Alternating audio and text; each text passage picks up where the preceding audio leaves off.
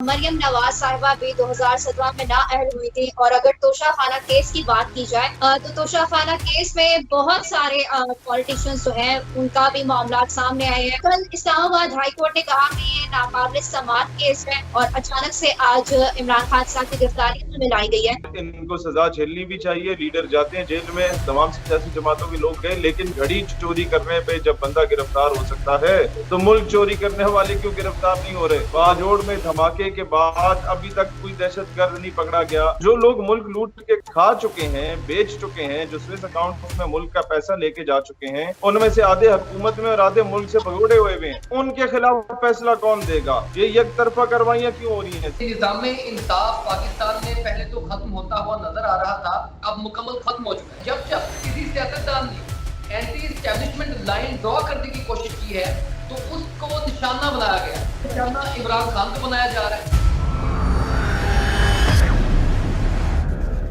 बिस्मिल्लाहिर्रहमानिर्रहीम, अस्सलाम वालेकुम नाज़रीन, रिपब्लिक टॉक में खुशामदीद और मैं हूं आपकी होस्ट रस्मा गुल खान। नाज़रीन, आज पाकिस्तान तहरीक इंसाफ के वोटर्स और रहनुमाओं के लिए बहुत ही भारी दिन है, क्योंकि चेयरमैन पाकिस्तान तहरीक इंसाफ के जो है गिरफ्तारी अमल में लाई गई है और 5 साल के लिए उनको नाअहल भी करार दिया गया है। तो इस वक्त हमारे साथ कुछ मेहमान मौजूद हैं। पाकिस्तान नजरियाती पार्टी के चेयरमैन शहीद हैदर सियालवी साहब मौजूद है और इसके अलावा हमारे साथ तजिया निगार और जो कि कानून दान भी है चौधरी हमजा इश्तियाक साहब, वो भी मौजूद हैं। तो उनसे आज के इस मामले पर बात करेंगे। सबसे पहले मैं रुख करूंगी शहीद साहब का। शहीद साहब, बहुत शुक्रिया हमें ज्वाइन करने का। शहीद साहब, देखें, मरियम नवाज साहिबा भी 2017 में नाअहल हुई थी और अगर तोशा खाना केस की बात की जाए तो तोशा खाना केस में बहुत सारे पॉलिटिशियंस जो हैं उनका भी मामला सामने आए हैं। उनके भी जो है चीजें सामने आई हैं कि उन्होंने ये चीजें खरीदी, बेची, इस तरह से मामला आए हैं। लेकिन कल इस्लामाबाद हाई कोर्ट ने कहा कि ये नाकाबिल समाअत केस है और अचानक से आज इमरान खान साहब की गिरफ्तारी में लाई गई है। तो इस बारे में आपका क्या कहना है? देखिए बहन, एक चीज बहुत सिंपल है।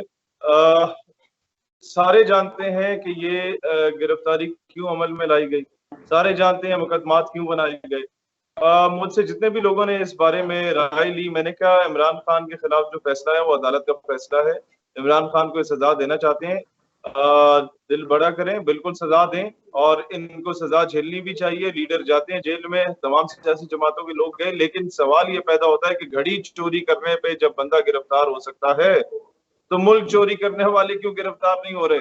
मुल्क का पैसा लूट के जाने वाले, मैं इसमें खान की फेवर नहीं कर रहा, मुल्क का पैसा लूट के जाने वाले, बाजोड़ में धमाके के बाद अभी तक कोई दहशतगर्द नहीं पकड़ा गया।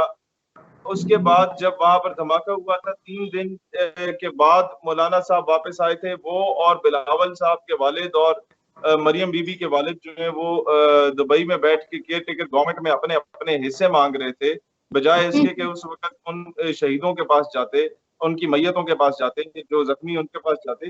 तो जो लोग मुल्क लूट के खा चुके हैं, बेच चुके हैं, जो स्विस अकाउंट में मुल्क का पैसा लेके जा चुके हैं, उनमें से आधे हुकूमत में और आधे मुल्क से भगोड़े हुए हैं। उनके खिलाफ फैसला कौन देगा? ये एक तरफा कार्रवाइयां क्यों हो रही हैं? सिर्फ अचानक नैब से सारे केस खारिज हो रहे हैं नवाज शरीफ के, अचानक अदालतें जो है नवाज शरीफ को, शहबाज शरीफ को और सारे चोर टब्बर को जो है वो बरी कर रही हैं। तो सवाल ये पैदा होता है कि लोगों का फिर इंसाफ के तकाजों से ईमान, यकीन उठ जाता है, अवाम सवाल करने लग जाती है, और जब अवाम सवाल करती है तो उन्हें बागी बना दिया जाता है। उनको कहा जाता है रियासत के ये बगावत पे उतर आए हैं, ये एंटी स्टेट हो गए।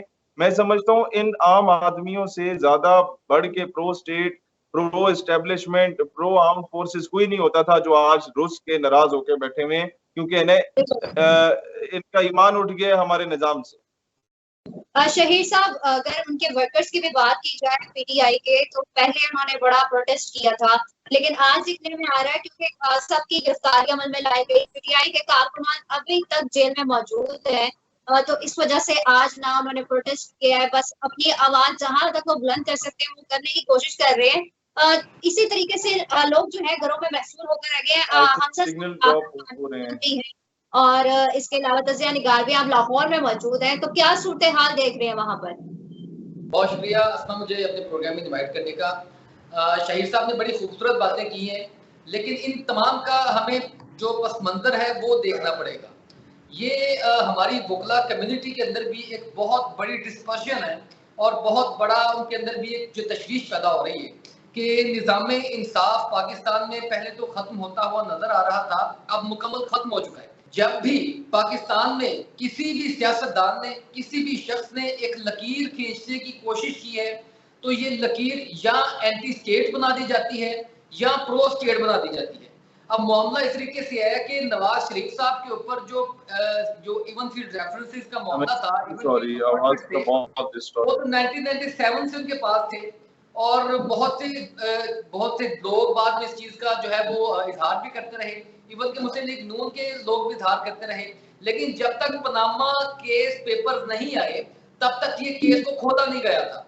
तो बात ये है कि जब किसी सियासतदान ने एंटी एस्टेब्लिशमेंट लाइन ड्रॉ करने की कोशिश की है तो उसको निशाना बनाया गया। इस वक्त वो निशाना इमरान खान को बनाया जा रहा है। अगर इमरान खान साहब के मामलात मुक्तदर हलकों के साथ ठीक होते तो फिर ये तोशाखाना केस आपको बिल्कुल नजर में नहीं आना था, ये ट्रायल तक जाना ही नहीं था। मैं आपको यहाँ पे वो बात करना चाहूंगी कि अगर तोशाखाना केस की बात की जाए तो तोशाखाना केस में जरदारी साहब का भी नाम है, मरियम सल्तन राम का भी नाम है और इसके अलावा शरीफ खानदान के जितने भी नाम है वो तोशाखाना केस में, तोशाखाना की पूरी लंबी से लिस्ट आई थी कि फला बंदे ने यहाँ से ये चीज ली है। तो इमरान खान साहब को पर ही क्यों तोशाखाना केस जो है वो बार बार दायर किया जाता है कोर्ट में, बाकी उनके क्यों नहीं किए जाते? आप क्या देखते हैं इस मामले में? यही वजह है ना अस्मा, देखें आप कि यही लोग जब एंटी एस्टेब्लिशमेंट थे तो ये बुरे भी थे, इनके खिलाफ केसेस भी थे, इनके खिलाफ नैब केसेस भी थे। लेकिन जैसे ही लाइन की दूसरी तरफ आए ये साफ हो गए हैं, इनके ऊपर फर्द जुर्म आयद होना थी। एक हफ्ते के बाद आपने वजारत उज़्मा का हलफ उनके सुपुर्द कर दिया शहबाज शरीफ साहब के। हमदा शहबाज शरीफ साहब को आपने पकड़ना था, उनको आपने वजीर आला के लिए नॉमिनेट कर दिया। तो पॉइंट ये है कि ये लाइन है बेसिकली। अब ये जिस तरह आपने आसिफ अली जरदारी की, पीपल्स पार्टी की या मुस्लिम लीग नून की बात की है, वो इस वक्त लाइन की दूसरी तरफ है और इमरान खान चूंकि लाइन की इस तरफ है जो कि एंटी स्टेट मानी जाती है या एंटी एस्टेब्लिशमेंट मानी जाती है, इसलिए तमाम मुद्दा उनके ऊपर पड़ रहा है। ये बड़ी इंपॉर्टेंट लाइन है कि अगर आप उन मुक्तदर हलकों के चहेते हैं तो फिर आप जो मर्जी करें, फिर आपको कोई पूछने वाला नहीं है, आपके ऊपर केसेस भी माफ हो जाएंगे। लेकिन अगर आप उन मुक्तदर हलकों के चहेते नहीं है, उनको तंग कर रहे हैं, उनकी डोमेन में जाने की कोशिश कर रहे हैं या वो आपकी वजह से डिस्टर्ब है, तो फिर आप जो है वो गर्म पानियों में हैं। और यही इमरान खान के साथ हुआ। हम वकला कम्युनिटी खुद परेशान है कि इतना स्पीडी ट्रायल करने की जरूरत क्यों पेश आई। हाई कोर्ट में मामला मुअत्तल था बहुत ही जगह पर, जहां पर अब मैं आपको जरा केस के बारे में बताऊं तो इमरान खान साहब ने जो लिस्ट दी थी, जो फहरिस्त गवाहान दी थी, उसमें वसीम चीमा साहब का नाम दिया था उन्होंने, जो कि मिलिट्री सेक्रेटरी थे उस वक्त इमरान खान साहब के, ब्रिगेडियर वसीम चीमा साहब जो मेजर जनरल के ओहदे के ऊपर है। इमरान खान साहब ने कहा कि ना मेरी तरफ से ये गवाह हैं, आप इनको नोटिस जारी करें, उनको तलब करें, इनसे पूछते हैं हकीकत है क्या। लेकिन अदालत ने ये बात ये कहकर रिजेक्ट कर दी कि ये गवाह रेलिवेंट नहीं है इस केस से।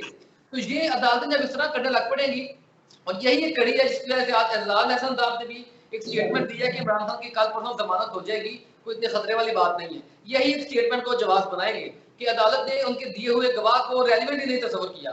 तो पॉइंट ये है कि ब्रिगेडियर वसीम चीमा साहब जो तब ब्रिगेडियर थे, अब मेजर जनरल के ओहदे के ऊपर हैं, उनको तलब किया गया, उनको कोई नोटिस जारी नहीं किया गया।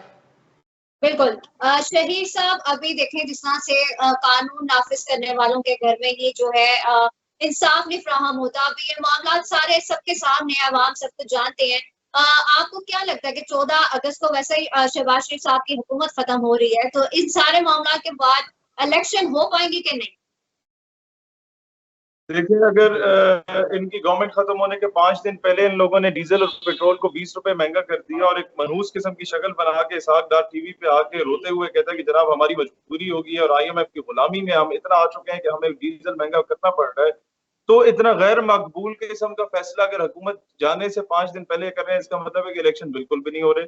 इलेक्शन आज आपने देख लिया कि डिजिटल मर्दमशुमारी की बात हो रही है, इसका मतलब है कि जो 3 महीना, और ये असम्बलियां भी 9 को तहलील करेंगे, यानी कि इलेक्शन 3 महीने बाद होने हैं। वो 3 महीने तो केयर टेकर के पास सही है, डिजिटल मर्दमशुमारी के लिए 2-3 महीने कम से कम मजीद लेगा इलेक्शन कमीशन।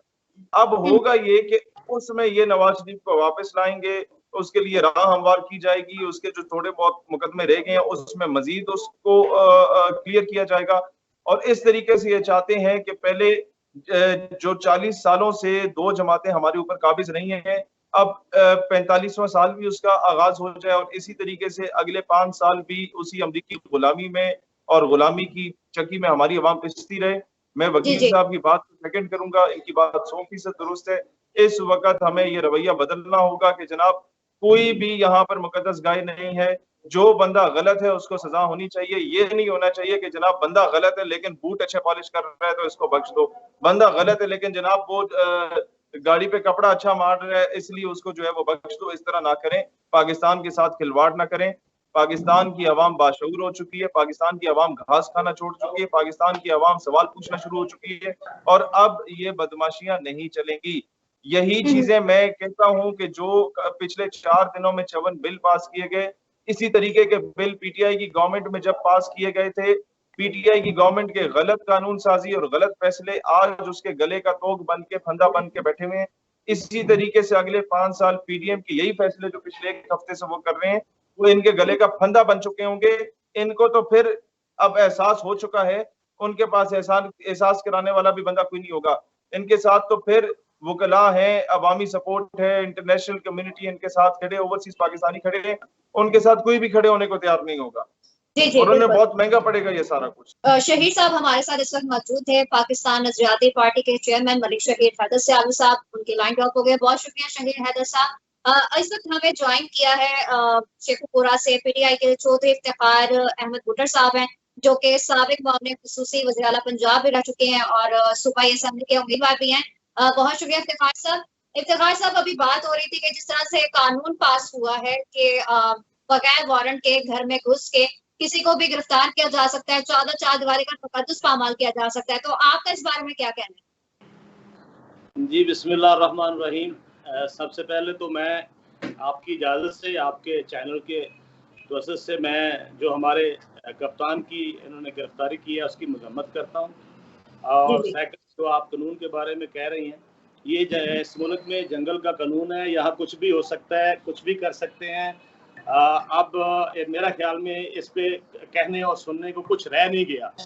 पूरा पाकिस्तान देख रहा है, पूरी दुनिया देख रही है, यहाँ पे कोई कानून नहीं है, कोई चादर और चारदीवारी का तकद्दुस नहीं है।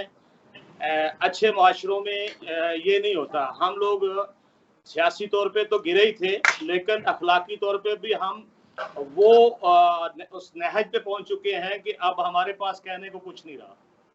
जी जी, मैं चौधरी हमजा की आपकी जानिब बढ़ूंगी। हमजा साहब, आप कानून दान भी हैं, तो आपका इस कानून के बारे में क्या कहना है? क्योंकि अभी हमारे मुल्क में बहुत से ऐसे कानून पास हुए हैं जो कि अवाम को, मेरे ख्याल में, क्योंकि मुझे नापसंद है, अवाम को भी नापसंद है, और जो निगरान वज़ीर आज़म आएंगे उनको भी ज़ाहिर इख्तियारात दिए गए हैं, तो आपका इस बारे में क्या कहना है? अस्मा, ये मैं इसका आपको कानून का बताता चलूँ, स्टेटस बताता चलूँ। ये है ऑफिशियल सीक्रेट एक्ट। ये अंग्रेज ने बनाया था जब वो बड़े सगीर पर हुकूमत करता था 1923 में। इसका मकसद यही था कि फौज के मामलात में कोई भी दखल अंदाजी करेगा, उसके ऊपर नजरसानी करेगा या तनकीद करेगा तो वो जो है वो इस कानून के ज़ुमरे में आएगा। अब उसमें अमेंडमेंट हुई है 100 साल बाद, 1923 के बाद 2023 में उसमें तरमीम की गई है और ये तरमीम कौमी असेंबली में हुई है। कौमी असेंबली में जो तरमीम हुई है, लोगों को बिल की कॉपियां नहीं दी गई, लोगों के सामने कानून आया और ये हुक्म सादर किया गया है कि जनाब आप वोटिंग करें और चुपके से कानून पास कर दें। ये कौमी असेंबली में कानून पास हो गया और सेनेट में गया है, सेनेट में गया है ये कानून। अभी इसका इतलाक पाकिस्तान में नहीं हुआ, सेनेट में इसके ऊपर डिबेट होनी है, लेकिन डिबेट नहीं होगी। यही तो मामला है कि कौमी असेंबली में भी डिबेट नहीं हुई थी, सेनेट में भी डिबेट नहीं होगी और ये चुपके से कानून पास हो जाएगा। इसका मकसद जो है, इसकी सेक्शन 8A है, इसके तहत जिसको बहुत ज्यादा मुतनाज़ा बनाया जा रहा है, उसमें ये कहा गया है कि कोई भी मुश्तबा शख्स अगर कोई प्लानिंग करता है, या वो किसी हसास इदारे की जानिब, या वो क्या नाम है कि पाकिस्तान फौज के खिलाफ, या कोई भी ऐसी प्लानिंग करता है कि वहां पर हमलावरी करे या मंसूबा साजी करेगा, तो उसको इस जुमरे में लाया जाएगा, उसको पकड़ लिया जाएगा, उसके घर में तलाशी बगैर वारंट के कर दी जाएगी। हमजा साहब, यहाँ तो 1973 के आईन के रोज से हर कोई बंदा अपनी हक की आवाज उठा सकता है, लेकिन यहाँ पर अगर पाकिस्तान में कोई भी इंसान हक की आवाज उठाने की बात करेगा तो उसको इस कानून के ज़मरे में लाया जाएगा क्या? अस्मा साहबा, यही तो मज़क्का खेज बात है, यही तो हैरानकुन बात है कि हमने जो कानून बनाया 1973, हमने उसके ऊपर से कुछ डाल दिया और जो अंग्रेज हमें देकर गया हम उसको माथे से लगा रहे हैं। उसकी वजह ये है लेकिन अंग्रेजों के अगर कानून की बात की जाए तो वो अंग्रेज कानून की पासदारी भी फिर उस तरह से करते हैं। अंग्रेज की अवाम इसी वजह से गद्दारी पे नहीं उतर आते क्योंकि वो अपने कानून की पासदारी करते हैं, आइन की पासदारी करते हैं। चौधरी इफ्तिखार साहब की जानिब बढ़ूंगी। चौधरी इफ्तिखार साहब, आप मुझे बताएं कि मरियम नवाज साहिबा की अगर नाअहली की बात की जाए तो वो तो 7 साल के लिए पहले से ही नाअहल हैं। 2017 में उनकी नाअहली हुई थी और अभी फिर भी देखा जाए तो वो जगह जगह से अपने इलेक्शन के लिए कागजात नामजदगी भी उन्होंने जमा करवाए हैं। इमरान खान साहब की अब 5 साल की नाअहली हुई है, आप इस बारे में क्या कहेंगे? जी, ये नाअहली इंशाल्लाह हमारे वकला की टीम जो है वो इंशाल्लाह सुबह सुप्रीम कोर्ट में पेश होगी और एतजाज अहसन साहब के बकौल इंशाल्लाह अच्छे, आपको पता है वो बेहतरीन कानूनदान है, वो कह रहे हैं इंशाल्लाह सुबह ये पूरे का पूरा फैसला इंशाल्लाह अल्लाह के हुक्म से उड़ा दिया जाएगा, क्योंकि ये तो टोटली जो फैसला हुआ है जिसमें एक फरीक को सुना ही नहीं गया, उसको अपने जो गवाहान थे उनको पेश करने की इजाज़त ही नहीं दी गई, उनको पूरा सुना नहीं गया। ये सिर्फ और सिर्फ किसी की ख्वाहिश थी कि अगर जब तक तुम, आप जिस मैडम का नाम ले रहे हैं ना, मैडम मरियम नवाज, ये उनकी ख्वाहिश थी कि उसी कोट लखपत जेल में जब तक इनको ना डाला जाए, लेवल प्लेइंग फील्ड ना दी जाए, तब तक हम किसी शक्ल में इलेक्शन के लिए तैयार नहीं है। मुझे ये बताया जाए कि जो आदमी 50 रुपए के स्टाम्प पेपर पे पाकिस्तान आज से 3.5-4 साल पहले छोड़ के चला गया, वो वहां बैठ के पाकिस्तान का कानून बनवा रहा है, पाकिस्तान को चला रहा है। ऐसे ये पाकिस्तान, अगर ये पाकिस्तान एक मुल्क है तो मुल्क में ऐसा नहीं होता। या तो ये बता दे कि ये रिफाना पब्लिक है, यहाँ कोई कानून लागू नहीं होता, एक नाअहल आदमी और उसका पूरा टब्बर जिसके ऊपर फर्द जुर्म आयद होनी थी उसको अगले दिन वजीर आजम बना दिया जाता है। और यह इस मुल्क में मैं क्या कहूँ, आप सब देख रहे हैं, जो एक जंगल का कानून है उसको लागू करके किसी की कोई इज्जत नहीं है यहाँ पे। और दिन रात आवाम के बारे में आप देखें, इन्होंने एक एक दिन में 53 कानून पास कर दिए जो सिर्फ 10 से 15 लोग बैठ के, जिसमें आइन की कोई इज्जत नहीं है। 1973 का आइन कहाँ गया, 2/3 की अक्सरियत कहाँ गई, कोई पूछने वाला नहीं है इनको। आप पूछेंगे मरियम नवाज साहबा को, तो मैं कह रहा हूँ वो तो मैडम मरियम नवाज इतनी लाडली बन चुकी हैं, उनकी जो ख्वाहिश होती है। अभी आज रिसेंटली आपने भी एक मीडिया में फोटो देखी होगी, जज साहब ने जो फैसला कर रहे थे उनको कैसे फैसला करवाया गया उनसे। ये चीजें सब दुनिया देख रही है, दुनिया अंधी नहीं है, खामोश हो सकती है, वक्त गुजर सकता है, लेकिन ये कोई भूलेगा नहीं। तरीकदार जो भी लिखेगा इसको स्या अल्फाज में लिखेगा कि उस मुल्क में जहाँ पे गरीब के आटे के लिए, खाने के लिए कोई बात करने वाला नहीं है, वहाँ एक दिन में 53 कानून पास हो जाते हैं, वो भी अपने शादी मामला के लिए सिर्फ। जी इफ्तिखार साहब, आप बिल्कुल ठीक करें। हमजा साहब, आप मुझे ये बताएं कि निगरान हुकूमत जो है उसका आने का है। निगरान हुकूमत के लिए जो वजीर आजम का नाम दिया गया है वो इसहाक डार साहब का दिया गया है। इसहाक डार साहब हमारे मौजूदा वजीर खजाना भी हैं और जब भी वो आते हैं तो वो हमेशा आवाम के लिए वो कोई ना कोई बुरी खबर ही लेके आते हैं। हमेशा ये कहते हैं कि अल्लाह पे भरोसा रखें। तो आप इस बारे में क्या कहेंगे? अगर इसहाक डार साहब वजीर आजम बनते हैं, निगरान वजीर आजम, क्योंकि उनको ज़्यादा इख्तियारात भी दिए जा रहे हैं, कानून पास हो चुका है, तो वो क्या मुल्क को संभाल पाएंगे? अस्मा, मैं यहाँ पर आपको एक इंफॉर्मेशन देता चलूं कि इसहाक डार साहब का नाम निगरान वजीर आजम के तौर पर निकल चुका है। अब जो 2 नामों के ऊपर गौर किया जा रहा है, एक हफीज शेख साहब है जो कि इमरान खान साहब के दौरे हुकूमत में वजीर खजाना रह चुके हैं, और एक नाम रजा बाकर साहब का है जो इमरान खान के दौरे हुकूमत में गवर्नर स्टेट बैंक रह चुके हैं। इन दोनों के ऊपर सीरियसली गुफ्तगू चल रही है। और दूसरी बात यह है कि इसहाक डार साहब, ये तो नून लीग ने बस एक लिटमस टेस्ट किया था कि क्या ऐसा पॉसिबल हो सकता है कि हम अपने किसी शख्स को लगवाएं, क्योंकि उन्होंने जो चारा बनाया, जो बहाना बनाया वो ये कि हालात मुआशी तौर पर खराब है, तो इसहाक डार साहब क्योंकि इस मामले को डील कर रहे हैं, लिहाजा ये नाम आ गया रहेगा। लेकिन ये नाम ना मुक्तदर हलकों को पसंद था, ना पीपल्स पार्टी ने इसको एक्सेप्ट किया था, ना दीगर जमातों ने इसको एक्सेप्ट किया था। तो ये तो बिल्कुल होना ही नहीं था, क्योंकि इसहाक डार साहब को के ऊपर सिर्फ नवाज शरीफ को एतमाद है, बाकी नून लीग भी एतमाद नहीं करती। अब ख्वाजा आसिफ साहब की स्टेटमेंट उठा के देख रहे, लिहाजा ये लिटमस टेस्ट था। और दूसरी बात ये है, निगरान वज़ीर आज़म वो लेकर आएंगे जो कि न्यूट्रल तो हो लेकिन उसका कंट्रोल किसी और के पास हो और वो इलेक्शंस प्रोलॉन्ग करे, इलेक्शंस आगे लेकर जाना ही मकसूद हो। तो ये बड़ा खास एक टेस्ट है कि जो वो निगरान वज़ीर आज़म होगा जो कि मौशत को भी संभाला दे सके और एक बहुत बड़ा न्यूट्रल वाली तो कोई बात ही होगी, न्यूट्रल वाली तो कोई बात ही होगी, क्योंकि दिखने में आ रहा है कि कौन से कानून पास किए जा रहे हैं, किसके साथ क्या हो रहा है। अगर बात की जाए तोशाखाना की, तोशाखाना में तो सारे नाम है लेकिन सिर्फ इमरान खान साहब को जो है बार बार पकड़ा जा रहा है, बार बार घसीटा जा रहा है अदालतों में। तो न्यूट्रल की तो वो अब अल्लाह ही बेहतर करे इस मुल्क का। बहुत शुक्रिया हमजा साहब हमें ज्वाइन करने का, आपने हमें टाइम दिया। बहुत शुक्रिया इफ्तिखार साहब हमें टाइम देने का, क्योंकि हमारा जो प्रोग्राम है वो काम की जाने पड़ रहा है। तो मैं अपने मेहमान गिरामी का शुक्रिया अदा करना चाहूंगी। शहीर हैदर साहब जो कि पाकिस्तान नजरियाती पार्टी के चेयरमैन भी हैं, उन्होंने भी हमें ज्वाइन किया था। बहुत शुक्रिया शहीर हैदर साहब। मैं आखिर में यही कहना चाहूंगी कि हमारे मुल्क में कल जिस तरह से इस्लामाबाद हाई कोर्ट ने कहा कि नाकाबिल समाअत जो है वो केस है, ये केस आगे नहीं चल सकता, लेकिन अचानक से सेशन कोर्ट की जानिब से अभी तहरीरी फैसला भी नहीं दिया जाता और अचानक से जाके इमरान खान साहब की इस तोशाखाना केस में गिरफ्तारी अमल में लाई जाती है। तो मैं ये कहना चाहूंगी हमारे जज साहिबान को, हमारे जो जितने भी कानून नाफिज करने वाले इदारे हैं, जो भी खास इदारे हैं, मैं सबको ये कहना चाहूंगी कि अगर कानून सबके लिए है तो 1973 की आइन की रूह देखी जाए तो कानून सबके लिए बराबर है। जो जो इन चीजों में मुलविस है तो सबको पकड़ा जाए, अगर कोई भी नाअहल है तो उसकी भी नाअहली भी देखी जाए, उनको फिर गिरफ्तार किया जाए। सिर्फ एक बंदे के पीछे ना पड़े, न्यूट्रल होके पूरे मुल्क के लिए, इस मुल्क की अवाम की खातिर जो है काम करें, इस मुल्क की जो है भलाई की खातिर काम करें, ना कि सिर्फ एक बंदे से दुश्मनी उतारे जाए। तो मैं उम्मीद यही करूंगी अपने जज साहिबान की जानिब से कि कल जो है वो कोई अच्छा ही फैसला हो, कि अवाम के हक में बेहतरी ही हो और इस मुल्क के हक में बेहतरी हो। मिलेंगे एक नए प्रोग्राम के साथ, तब तक के लिए दीजिए इजाजत। अल्लाह हाफ़िज़।